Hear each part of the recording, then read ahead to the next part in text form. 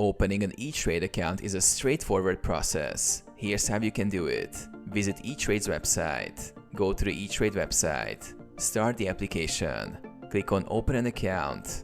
You'll be prompted to choose the type of account you want to open, such as an individual brokerage account, joint account, retirement account, or business account. Provide personal information. Fill out your personal details, including your name, address, date of birth, social security number, and employment information.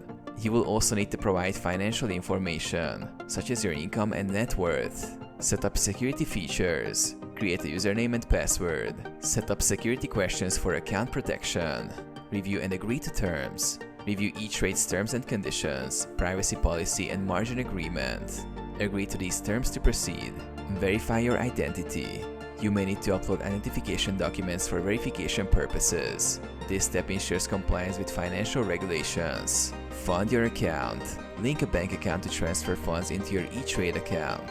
You can also set up direct deposits if opening a retirement account. Complete the application. Review your application for accuracy and submit it. You will receive confirmation once your account is approved and set up.